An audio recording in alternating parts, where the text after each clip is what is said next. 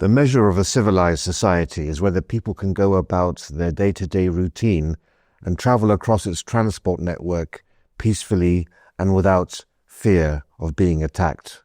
Can one really say that about modern Britain?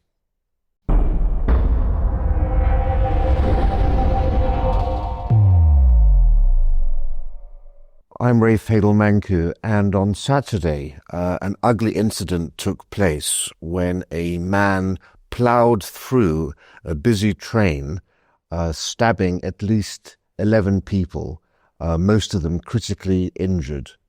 This is a situation which, unfortunately, is happening far too often. One can only imagine the terror that those on the train felt, even though, of course, the government has said this is not a terrorist attack. And what was the government's response to this latest horrific incident? Well, we are being encouraged to see these sorts of horrific acts as part of our everyday lives. For example, appearing on Laura Kuenberg's Sunday show on the BBC, John Healey, our defence minister, disgraced himself with his response to the attacks which happened just a few hours earlier. He said, "I think what this says to us all as the travelling public is be vigilant, look out for each other." I'm sorry, no, Mr. Healey, that is not the way things used to be in this country. That is not the way we should be living our lives. Why do these events keep happening? That is the question the British people want the government to respond to. What is your government doing to tackle this? Because these events certainly weren't part and parcel of life when I was a child. Healey also didn't discount the option of potentially using airport-style security detectors at railway stations. Again, no, that is not how we, the British public, want to live our lives. The solution to these vile incidents which happen seemingly on almost a weekly or monthly basis is not airport-style security.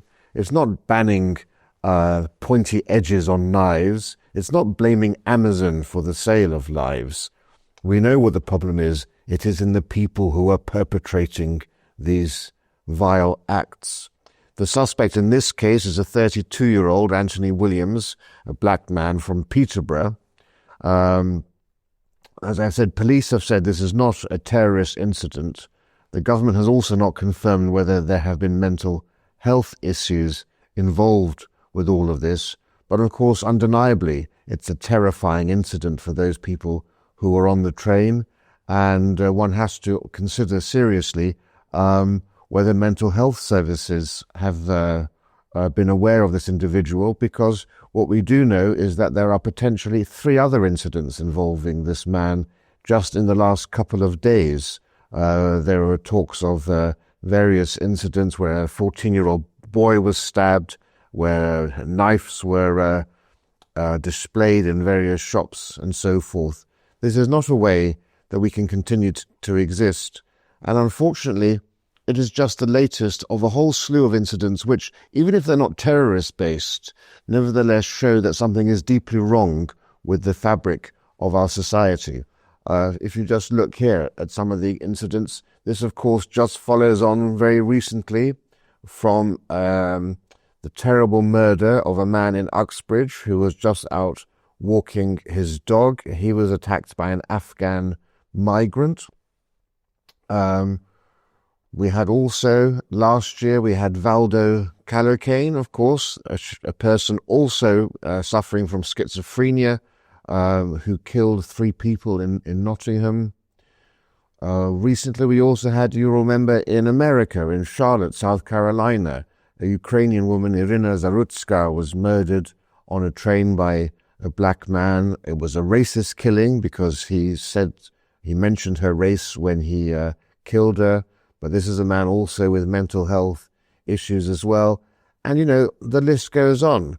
2016, a Somali-born man tried to behead somebody on the tube, but his knife broke, preventing him from doing that.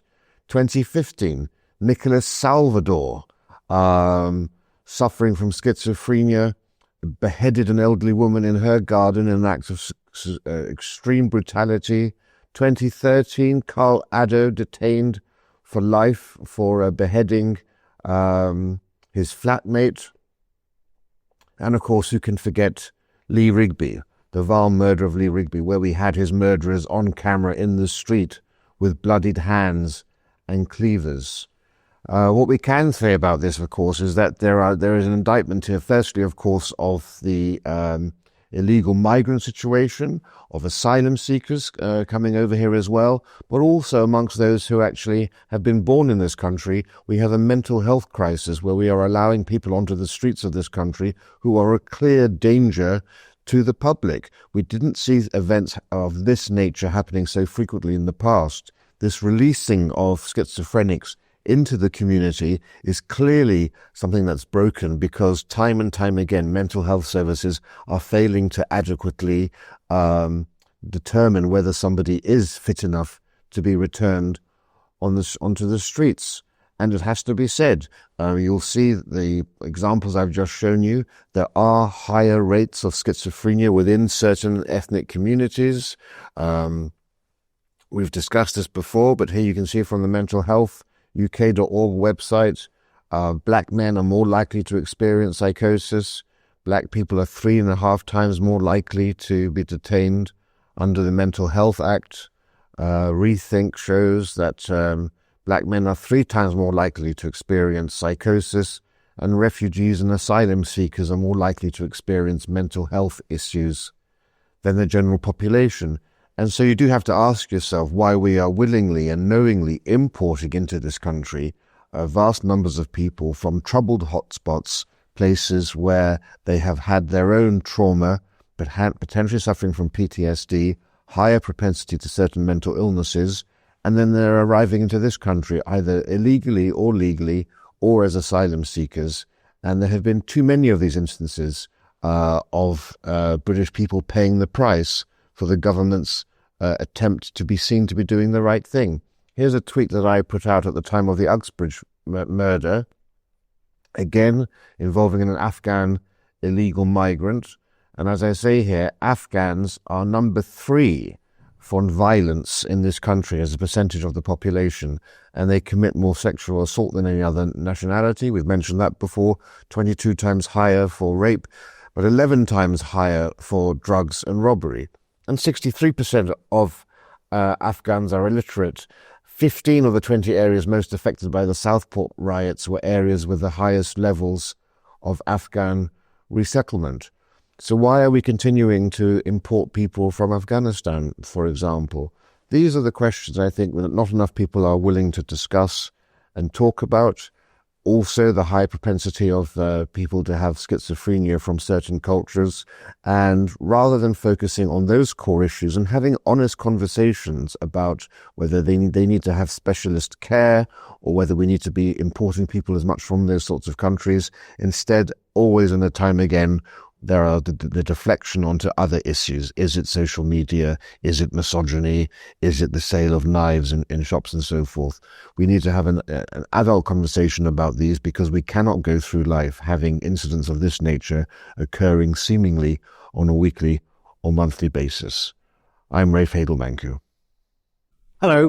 Please excuse this brief interruption, but I'd be really grateful if you could please hit the subscribe button and subscribe to our channel.